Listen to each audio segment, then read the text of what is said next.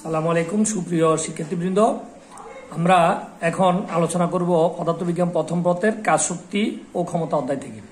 কাজ শক্তি ক্ষমতা অধ্যায় থেকে এখন আমরা যে আলোচনাটা করব এটা সবচেয়ে গুরুত্বপূর্ণ। এখান থেকে বোর্ড পরীক্ষায় এবং ভর্তি পরীক্ষায় সব জায়গাতে প্রশ্ন হয়।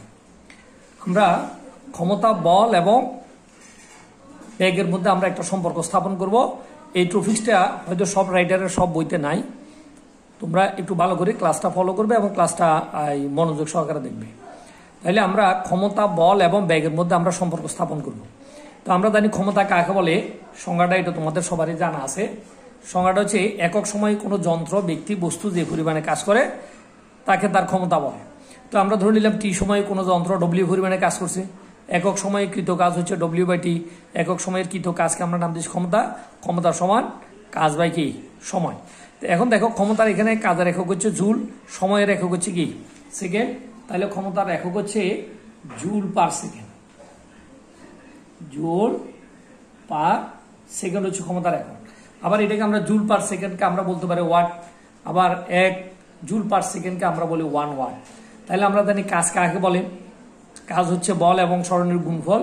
তাহলে বল এবং সরণের উপাংশের গুণফল, বল এবং সরণের ডট গুণফল। তাহলে কাজের আমরা তিনটা ডেফিনিশন পাই, তিনটা ডেফিনিশন মনে রাখতে হবে। পদার্থবিজ্ঞান ভালো বুঝার সবচেয়ে গুরুত্বপূর্ণ টেকনিক বা কৌশল হচ্ছে যে কোনো সংজ্ঞাগুলো ভালো করে তোমরা মুখস্থ মনে রাখবে, যত রকমের থাকতে পারে। তাহলে আমরা এখানে কাজ লিখলাম বল এবং সরণের ডট গুণফল। বল এবং সরণের ডট গুণফলকে কাজ বলে, অর্থাৎ কাজ ডব্লিউ সমান এফ ডট আর। আবার আমরা জানি এ ডট বি সমান এবি কস থিটা। এখানে ডট গুণফল থেকে আমরা এফ ডট আর কে লিখতে পারি এফ আর কস থিটা। তাহলে কৃত কাজ F R cos theta divide by T. তাহলে আবার আমরা জানি আর হচ্ছে আমাদের এখানে সরণ আর টি হচ্ছে সময়। তো আমরা যদি বলি টি সময়ের সরণ যদি আর হয়, একক সময়ের সরণ হচ্ছে আর বাই টি। একক সময়ের সরণকে আমরা নাম দিচ্ছি ব্যাগ। তাহলে অতএব আর বাই টি সমান ব্যাগ। তাহলে আমরা এখানে বলতে পারি এই আর বাই টি সমান যদি আমরা ভি বসাই তাহলে এফ ভি কস থিটা। তাহলে দেখো এখানে ভি সমান হচ্ছে ক্ষমতা, এফ হচ্ছে তোমার কি বল, ভি হচ্ছে ব্যাগ, আর থিটা হচ্ছে সরণ। অর্থাৎ আমরা যদি বস্তুটাকে আনত তল দিয়ে উপরের দিকে তুলি বা আনত তল দিয়ে উপরের থেকে নিচের দিকে নামাই, অথবা আমরা যদি বলি কোনো বস্তুর উপরে বল প্রয়োগ করছি, বস্তুটা বলের দিকের সাথে যদি থিটা কোণে কৌণিক সরণ হয় তখন সেই ক্ষেত্রে ক্ষমতার সমীকরণ। তাহলে এই সমীকরণটা সবচেয়ে গুরুত্বপূর্ণ এবং বিভিন্ন ভর্তি পরীক্ষাতে এই ধরনের বুয়েট, সুয়েট, তারপর রুয়েট বিভিন্ন জায়গাতে এই ধরনের অঙ্ক দিয়ে তোমার কি ধরো তোমাকে থিটা দিয়ে দিছে, ব্যাগ দিছে, তোমাকে বল দিয়ে বলছে তোমার বস্তুটা কি বের করো, ক্ষমতা নির্ণয় করো। তাহলে এখন ক্ষমতা নির্ণয় করতে গেলে তুমি যদি শুধু এই সংজ্ঞাটাই মনে রাখো কাজ বাই সময়, এটা দিয়ে তো তখন ক্ষমতা পাওয়া যাবে না, তখন আমাদেরকে এই সূত্রটা সাহায্য লাগবে। আবার এখানে এফ সমান হচ্ছে কত এম এ, তাহলে এর মান আমাদের লাগবে, এর মান হয়তো তারা দিয়ে দিবে। এখন আমরা যদি বলি যদি আমরা বল যদি প্রয়োগ করছে বস্তুটার সরণ যদি সেই দিকে হয় তাহলে থিটা সমান কত হবে, বল এবং সরণের মধ্যবর্তী থিটা সমান 0 হবে। অর্থাৎ থিটা সমান যখন 0 হবে তখন কস থিটা, থিটা জায়গাতে 0 বসালে কস 0 ডিগ্রি, কস 0 ডিগ্রি মান 1, তখন ক্ষমতা হবে সর্বোচ্চ এবং সেই ক্ষমতার পরিমাণ হবে ফি সমান এফ বি। তাহলে এইটা আমাদের একটা সূত্র, এটা আমাদেরকে কি করতে হবে মুখস্থ ভালো করে বুঝে মুখস্থ মনে রাখতে হবে। এফ বি সমান হচ্ছে ক্ষমতা। তাহলে এখানে থিটা হচ্ছে কি এফ ও আর এর মধ্যবর্তী কোণ, অর্থাৎ বল এবং সরণের মধ্যবর্তী কোণের নাম হচ্ছে থিটা। তাহলে থিটা দিতেও পারে নাও দিতে পারে, থিটা দিলে আমরা এই সূত্র দিয়ে করবো, থিটা না দিলে আমরা এই সূত্র দিয়ে করবো। ঠিক সেম ক্ষেত্রে আমরা যদি ক্ষমতা বের করতে চাই আবর্তনশীল বস্তুর ক্ষেত্রে, অর্থাৎ ধরো কোনো বস্তু যেমন এরকম এভাবে কোনো বস্তু আবর্তন করতেছে, এভাবে ঘুরতেছে, এভাবে যদি বস্তুটা ঘুরে ঘুরে গতিশীল থাকে তখন এটাকে আমরা বলি আবর্তনশীল বস্তু। আবর্তনশীল বস্তু তার সরণ হচ্ছে, তাহলে তার ক্ষেত্রেও কি হবে কাজ হবে। তাহলে যে কোনো আবর্তনশীল বস্তুর ক্ষেত্রে কৃত কাজ সমান হচ্ছে টর্ক গুণন কৌণিক সরণ। যেহেতু সে ঘুরতেছে তার কৌণিক সরণ হচ্ছে, আর টর্ক হচ্ছে যে বলটা দিয়ে আমরা তাকে ঘুরেছি। তাহলে ঘূর্ণনশীল বলটাই হচ্ছে মূলত টর্ক, আর কৌণিক সরণ হচ্ছে তার কৌণিক পথে তার অবস্থান পরিবর্তন কতটুকু হয়েছে। তাহলে টর্ককে আমরা টাউ দ্বারা প্রকাশ করি, তাহলে কাজ সমান টাউ, আর কৌণিক সরণকে আমরা থিটা দ্বারা প্রকাশ করি, তাহলে টাউ থিটা। তো আমরা ক্ষমতার ক্ষেত্রে আমাদের সংজ্ঞা সবসময় একই রকম, ক্ষমতা হচ্ছে কাজ বাই সময়, কাজ হচ্ছে ডব্লিউ আর সময় হচ্ছে টি, তাহলে ক্ষমতা সমান ডব্লিউ বাই টি। তাহলে ডব্লিউ বাই টি, আবার ডব্লিউ সমান আমরা পাইছি কত টাউ থিটা। তাহলে এখানে tau theta divide by T. তাহলে আমাকে যদি বলা হয় টর্ক দেওয়া আছে কোনো একটা বস্তুর, এখন ধরো টর্ক দেওয়া নাই, টর্ক না দিয়েও তোমাকে প্রশ্ন দিতে পারে যদি প্রশ্ন ক্রিটিক্যাল করে, তাহলে তোমাকে টর্ক দিল না, ধরো কৌণিক ত্বরণ দিয়ে দিল, অথবা তোমাকে জড়তা ভ্রামক দিল অথবা বস্তুর বদ দিল, তাহলে আমরা জানি টাও টাও সমান আই আলফাই। দেখো টাও সমান আই আলফাই রুমে একটা ফর্মুলা দিও আমাদেরকে অঙ্ক পরীক্ষাতে দিতে পারে। তখন আমরা এখান থেকে টর্কের মান বের করবো। আই হচ্ছে জড়তা ভ্রামক, আবার আই সমান আমরা জানি আই এর মান হচ্ছে কত, এখানে আই নির্ভর করবে বস্তুটা কিরকম তার উপরে বস্তুটা কিভাবে ঘুরতেছে। স্বাভাবিকভাবে আমাদের জড়তা ভ্রামকের ফর্মুলা হচ্ছে এমআর স্কয়ার। আমরা এই সমীকরণটা দিয়ে আই এর মান নির্ণয় করবো।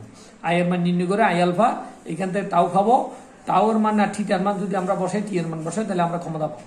আবার থিটা হচ্ছে কি কৌণিক সরণ, তাহলে টি সময়ের কৌণিক সরণ থিটা, একক সময়ের কৌণিক সরণ থিটা বাই টি, একক সময়ের কৌণিক সরণকে আমরা নাম দিচ্ছি কৌণিক বেগ, এটি হচ্ছে ওমেগা। দেখো এখানে একটা হচ্ছে ওমেগা আর একটা হচ্ছে ডব্লিউ, দুই জিনিস। ওমেগা হচ্ছে কৌণিক বেগ, কৌণিক বেগকে আমরা আবার কৌণিক কম্পাঙ্ক বলতে পারি। তাহলে থিটা ডিভাইড বাই টি এটা সমান হচ্ছে কৌণিক বেগ ওমেগা, আর এখানে হচ্ছে টাও। তাহলে আমরা দেখি যে কোনো বস্তুর আবর্তনশীল বস্তুর ক্ষমতা আর টর্ক এটা হচ্ছে কৌণিক বেগের মধ্যে একটা সম্পর্ক। ওইটা ছিল ক্ষমতা বল রৈখিক বেগ। তাহলে এখানে বল হচ্ছে বল প্রয়োগের পরে সরণ হয়েছে, আর এখানে বল হচ্ছে টর্ক টাও, এইটা প্রয়োগ করার পরে বস্তুর মধ্যে ঘূর্ণন হচ্ছে, তাই এখানে কৌণিক বেগ। তাহলে দেখো এটা হচ্ছে ক্ষমতা টর্ক এবং কৌণিক বেগের মধ্যে সম্পর্ক। তাহলে আমরা কোনো বস্তুর ক্ষমতা যদি আমরা পেতে চাই তাহলে ক্ষমতা পাওয়ার জন্য টর্কে আমাদেরকে কৌণিক বেগ দিয়ে কি করতে হবে, কৌণিক বেগ দিয়ে গুণ করতে হবে। গুণ করলে আমরা ক্ষমতা পাবো। তাহলে দেখো ক্ষমতার এটাও একটা সমীকরণ, এর আগে আমরা যেটা করছিলাম সেটাও ক্ষমতার সমীকরণ। এখন তোমার নির্ভর করবে পরীক্ষায় তোমাকে কোন ধরনের উদ্দীপকে কি ধরনের প্রফিক্স দিছে সেটার উপরে তোমার নির্ভর করবে। তুমি যদি বুঝতে না পারো, তোমার বেসিক যদি দুর্বল থাকে, তাহলে পদার্থবিজ্ঞান প্রশ্ন কখনোই আনসার করা যায় না। এরপর দেখো আমরা এখানে যেহেতু আমরা ক্ষমতা বল কাজ, তাহলে এখানে আমাদের সংরক্ষণশীল বল আছে, সংরক্ষণশীল বল দ্বারা আমাদের কাজ আছে। তাহলে আমরা সংরক্ষণশীল বল দ্বারা একটা কাজ আমরা হিসাব করে দেখাতে চাই, অথবা সংরক্ষণশীল বল কাকে বলে। এখন দেখো এখানে আমরা একটা পথ পাইলাম এ বি, আর একটা পথ পাইলাম এই পথে। ধরো এটাকে যদি আমরা নাম দিই এ সি বি, আর এটাকে নাম দিলাম আমরা এ ডি বি। একটা হচ্ছে সরাসরি এ বি, আর একটা হচ্ছে এ সি বি অর্থাৎ এই পথে, আর একটা হচ্ছে এ ডি বি অর্থাৎ এই পথে। এখন ধরো আমরা কোনো একটা বস্তুকে এ সি বি এই পথে ভূপৃষ্ঠ থেকে এই উচ্চতায় তুলছি। যেহেতু এই পথে এই উচ্চতায় তুলছি, তাহলে এই উচ্চতায় তুলতে আমার অভিকর্ষ বলের বিপরীতে কাজ হয়েছে। তো এই উচ্চতায় তুলতে অভিকর্ষ বলের বিপরীতে কাজ, যেটাকে আমরা নাম দিলাম W1, W1 সমান হচ্ছে মাইনাস mgs। যেহেতু আমি অভিকর্ষ বলের বিপরীতে তুলছি, তাহলে কৃত কাজ হচ্ছে কি ঋণাত্মক। এখন আমি ধরো বস্তুটাকে বি এ পথে আবার নামাইলাম, এ সি বি পথে তুলছি, বি ডি বি পথে আমার নামাইলে এবার অভিকর্ষ বলের দিকে আমার কাজ হচ্ছে। তাহলে অভিকর্ষ বলের দিকে কাজ হলে অভিকর্ষ বলের দিকে কাজ হচ্ছে মূলত আমি যেই পথে নামি না কেন মূলত সে ভূপৃষ্ঠের বি বিন্দু থেকে সেই বিন্দুতে নামছে। তো এটাকে যদি আমরা নাম দিই ই বিন্দু, তার মানে বি বিন্দু থেকে সেই বিন্দুতে নামছে সর্বদা। তাহলে মূলত তার এই সি হচ্ছে তার সরণ, উঠলেও এই হচ্ছে সরণ, নামলেও এই হচ্ছে মূলত সরণ। তাহলে সেই ক্ষেত্রে কাজ W2 সমান আছে mgs। তাহলে দেখো এ থেকে সি বি পথে উঠছে, বি থেকে ডি এ পথে নামছে। তাহলে এটা একটা পূর্ণ চক্র। তাহলে পূর্ণ চক্রের টোটাল কৃত কাজ আমরা যোগ করব। টোটাল কৃত কাজ যোগ করলে বললাম W1 প্লাস W2, এই দুটোটার মান বসাই দিলাম মাইনাস mgs, এটার মান হচ্ছে প্লাস mgs। যোগ করলে যোগফল মান কত 0। তাহলে আমরা বলছিলাম পূর্ণ চক্রে কৃত কাজ যদি 0 হয়, তাহলে সেই বলকে আমরা বলছি সংরক্ষণশীল বল। পূর্ণ চক্রে কৃত কাজ যদি 0 হয়, তখন সেই বলকে আমরা বলছি কি সংরক্ষণশীল বল। তার মানে এটি সংরক্ষণশীল বল দ্বারা কাজ। তাহলে এখান থেকে আমরা আরো একটা জিনিস বুঝতে পারতেছি, সেটা হচ্ছে অভিকর্ষ বল একটি সংরক্ষণশীল বল, কারণ অভিকর্ষ বল দ্বারা কৃত কাজ পূর্ণ চক্রে কৃত কাজ মান 0 হয়েছে। ধন্যবাদ সবাইকে, কথা হবে।